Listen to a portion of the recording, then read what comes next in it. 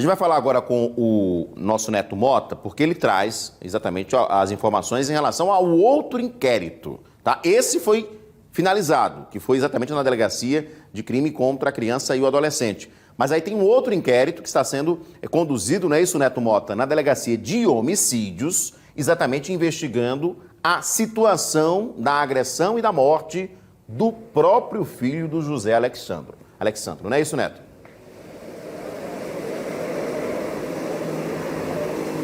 Pois é, Edson Moura, uma situação muito triste. A cada vez que a gente toca nesse assunto, nesse caso, mais novidades e nem tão boas assim vão aparecendo. Hoje eu conversei com uma representante da Comissão dos Direitos da Criança e do Adolescente da Ordem dos Advogados do Brasil. E o que foi que ela falou? Que infelizmente está havendo o aumento desse tipo de violência aqui no estado. No Brasil, o que tem colaborado com isso, infelizmente, é a questão da quarentena. Como as crianças, como muitas crianças, muitos menores de idade não estão indo à escola, o tempo com os adultos, infelizmente, em São Paulo, por exemplo, já se constatou que houve o aumento da violência contra a criança e adolescente, colaborado pela quarentena, pelo fato das crianças não estarem indo à escola e passar mais tempo com os parentes em casa, infelizmente acabou gerando aí o aumento dos casos de violência. Outra questão que também dá para se tocar falando de quarentena, criança em casa, pandemia, é a questão da subnotificação, porque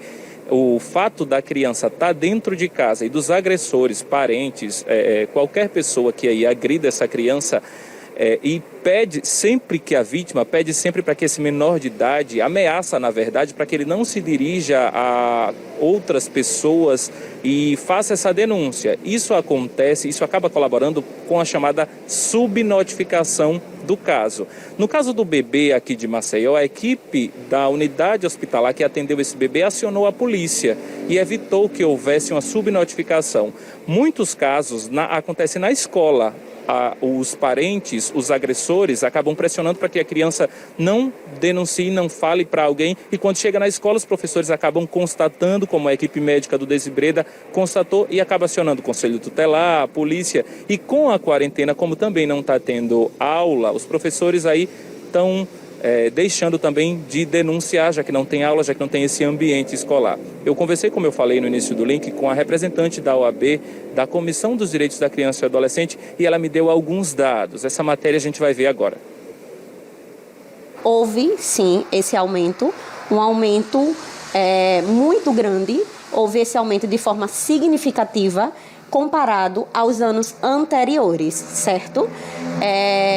A gente não tem como dar uma estatística, nenhuma numeração assim, de quantos casos ocorreram de forma específica, mas a gente pode sim afirmar que houve esse aumento, comparado aos anos anteriores. Vocês estão compilando os dados, né? Você me falava antes de gravar que vocês estão Sim, compilando esses dados para uma divulgação próxima, mas vocês já notaram que há, né, um aumento? Está tendo esse estudo, né? A gente está fazendo essa comparação com os anos anteriores e em breve será divulgada. Existe algum perfil mais comum de agressão que vocês notaram ou são casos mais diversos? O que é que vocês têm visto?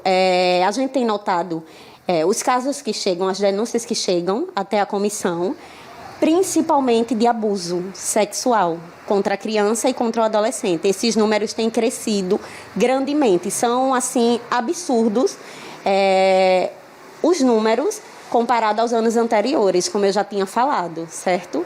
E principalmente vamos dizer assim, esses abusos acontecem de forma mais específica dentro de casa.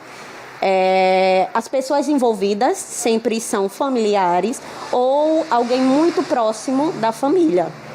2 casos que causaram uma repercussão bem grande registrados nos últimos dias foram, o primeiro, o do adolescente de 14 anos que foi agredido pelo pai e pelo irmão quando revelou ser homossexual dentro de casa, e agora mais recente um bebê de 2 meses que foi morto com sinais de abuso sexual. Como é que vocês estão atuando nesses casos? Certo, essas denúncias chegaram até a comissão, a gente já entrou em contato com os conselhos tutelares, em específico o último caso de repercussão, que foi o da criança de 2 meses, a comissão já entrou em contato com o conselho tutelar da região já procurou saber se a família está tendo uma assistência e já foi encaminhada aos órgãos competentes.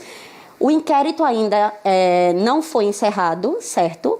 O inquérito ainda está em andamento e o caso corre em segredo de justiça. Como é que a comissão atua na assistência da vítima e da família? A gente entra em contato com o Conselho Tutelar para ver se houve essa proteção e o encaminhamento aos órgãos, né, competentes, como, por exemplo, o CRAS, o CREA, se essa criança está sendo acompanhada de forma psicológica, está tendo um acompanhamento psicológico ou até mesmo médico, quando se faz necessário, né? E após isso, a gente acompanha todo o processo até o final do inquérito.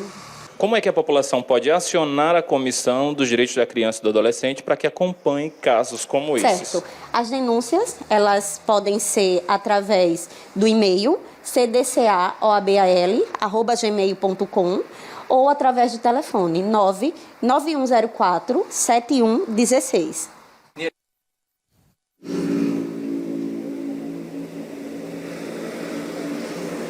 A gente aproveita para reforçar mais 3 canais de denúncias de crimes contra a criança e o adolescente. O primeiro é o Disque 100, o Disque Direitos Humanos do Governo Federal, Disque 100 100. Tem também o Conselho Tutelar mais próximo e a lista completa com os números de cada conselho responsável por cada região está no site da Prefeitura de Maceió, maceió.al.gov.br/SEMAS. E tem também a Polícia Militar através do 190. Volto com você, Edson Moura.